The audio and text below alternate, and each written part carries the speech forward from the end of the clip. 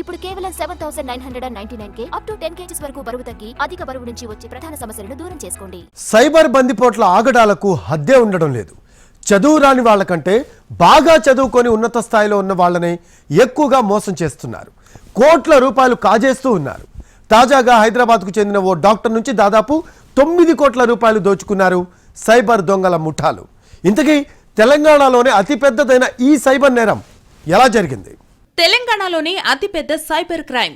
Stock మార్కెట్లో పెట్టుబడుల పేరుతో హైదరాబాద్ డాక్టర్కు టోకరా. దశల వారీగా డబ్బులు డిపాజిట్ చేయించిన సైబర్ ముఠా. ఎప్పటికప్పుడు డాక్టర్ పంపిన డబ్బు తమ ఖాతాలకు మళ్లింపు. డబ్బు విత్డ్రా చేద్దామంటే వీలు కాని పరిస్థితి. సంప్రదిద్దామంటే స్పందించని కాల్ సెంటర్. దాదాపు 9 కోట్ల రూపాయలతో ఉడాయించిన సైబర్ బందిపోట్లు. స్టాక్ మార్కెట్లో పెట్టుబడులతో భారీ లాభాలొస్తాయంటూ ఇటీవలి కాలంలో ఓదరగొడుతున్నారు. ముఖ్యంగా సోషల్ మీడియాలో దీనిపై విపరీతమైన ప్రచారం జరుగుతోంది. దీనిని తమకు అనుకూలంగా వాడుకుంటున్నారు సైబర్ నేరగాళ్లు. జనాన్ని సులభంగా మోసం చేస్తున్నారు. వృత్తి ఉద్యోగాలు చేయటం కంటే ఆన్లైన్ ట్రేడింగ్ చేస్తే చాలంటూ ఊబిలోకి లాగుతున్నారు. పెట్టుబడికి 10 సంపాదించొచ్చంటూ అప్పులు చేయించి మరీ డబ్బులు కట్టిస్తున్నారు. సోషల్ మీడియా ప్లాట్ఫామ్లో షార్ట్ వీడియోలు పెడుతూ జనాన్ని నిలువునా దోచుకుంటున్నారు కేటుగాళ్లు. హైదరాబాద్ కూకట్పల్లికి చెందిన డాక్టర్ నుంచి ఏకంగా 9 కోట్ల రూపాయలు కాజేశారు. తెలంగాణలో ఇప్పటివరకు నమోదైన సైబర్ నేరాల్లో ఇదే అతిపెద్దదంటున్నారు పోలీసులు. హైదరాబాద్కు చెందిన ప్రముఖ డాక్టర్ వద్ద కొంత డబ్బుంది. దానిని మంచి లాభాలొచ్చే దానిలో పెట్టుబడి పెట్టాలని అతను భావిస్తున్నాడు.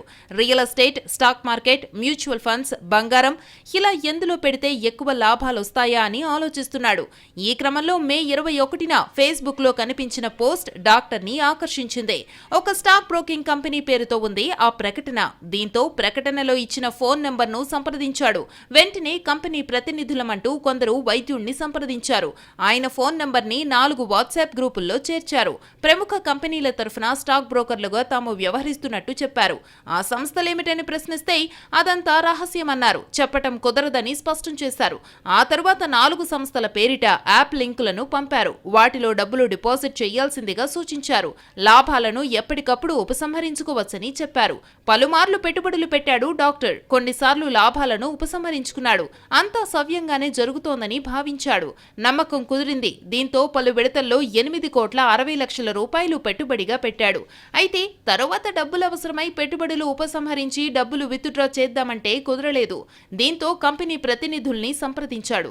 ముందుగా 20-30% చెల్లించి తర్వాత విత్డ్రా చేసుకోవాలన్నారు. దీంతో డాక్టర్ షాక్ అయ్యాడు. కస్టమర్ కేర్ ని సంప్రదిస్తే స్పందించలేదు. అప్పటికి గాని తాను మోసపోయాననే విషయం అతనికి బోధపడలేదు. వెంటనే సైబర్ క్రైమ్ బ్యూరోను సంప్రదించాడు. అతని ఫిర్యాదు మేరకు విచారణ ప్రారంభమైంది. స్టాక్ బుకింగ్ పేరుతో డాక్టర్ పంపిన డబ్బుతో పాటు డిపాజిట్ చేసిన డబ్బును ఎప్పటికప్పుడు సైబర్ నేరగాళ్లు విత్డ్రా చేసేసినట్టు గుర్తించారు. సదరు డాక్టర్ గారిని మరో పద్ధతిలో కూడా మోసం చేశారు సైబర్ నేరగాళ్లు. విదేశాల్లో ఉన్న అతని కొడుకును కిడ్నాప్ చేశామంటూ ఫోన్ చేశారు. వెంటనే డబ్బులివ్వాలని బెదిరించారు. దాంతో అతను తమ కొడుక్కి ఫోన్ చేశాడు. అతను స్పందించలేదు. దీంతో కిడ్నాప్ నిజమేననుకున్నాడు. దుండగులు అడిగినట్టు 5 లక్షల రూపాయలు ట్రాన్స్ఫర్ చేశాడు. కానీ వాళ్లు అక్కడితో ఆగలేదు. మరో 5 లక్షలు ఇస్తే కానీ మీ కొడుకును విడిచిపెట్టబోమన్నారు. దీంతో సైబర్ సెక్యూరిటీ పోలీసులకు ఫిర్యాదు చేశారు. ఈ వ్యవహారంపైన దర్యాప్తు చేస్తున్నారు పోలీసులు. దేశం కాని దేశంలో ఉన్న పిల్లలు ఎలా ఉన్నారో ఏం చేస్తున్నారోనని తల్లిదండ్రులు తపన పడుతుంటారు. మరోవైపు అక్కడ విద్య, ఉద్యోగ అవసరాల రీత్యా సుదూర ప్రాంతాలకు ప్రయాణిస్తుంటారు వాళ్లు. అటువంటి సమయంలో ఫోన్లు పనిచేయవు. దీన్ని ఆసరాగా చేసుకుని మోసాలకు పాల్పడుతున్నారు సైబర్ నేరగాళ్లు. విదేశీ నంబర్లలా కనిపించడానికి voice over internet protocol, VoIP calls చేస్తున్నారు సైబర్ బందిపోట్లు. తల్లిదండ్రుల్ని టెన్షన్ పెట్టి అందిన కాడికి దోచుకుంటున్నారు. ఇటీవలి కాలంలో ఈ తరహా మోసాలు ఎక్కువయ్యాయి. పిల్లల్ని కిడ్నాప్ చేశామని కాల్స్ వచ్చినప్పుడు వెంటనే డైల్ 100కి ఫోన్ చేయటం కానీ, స్థానిక పోలీసులకు సమాచారం ఇవ్వడం కానీ చెయ్యాలి. అలాగే పిల్లలు ఎక్కడున్నారో తెలుసుకునే ప్రయత్నం చెయ్యాలి. ఫోన్లో స్పందించకపోతే వాళ్లు చదివే విద్యా సంస్థలు, మిత్రులకు కాల్ చెయ్యాలంటున్నారు పోలీసులు. అంతేగాని కిడ్నాప్ పేరుతో సైబర్ నేరగాళ్లు అడిగినంత డబ్బు ఇవ్వొద్దంటున్నారు. జనం మోసపోయే కొద్దీ ఆ తరహా నేరాలు ఎక్కువైపోతాయని చెబుతున్నారు పోలీసులు.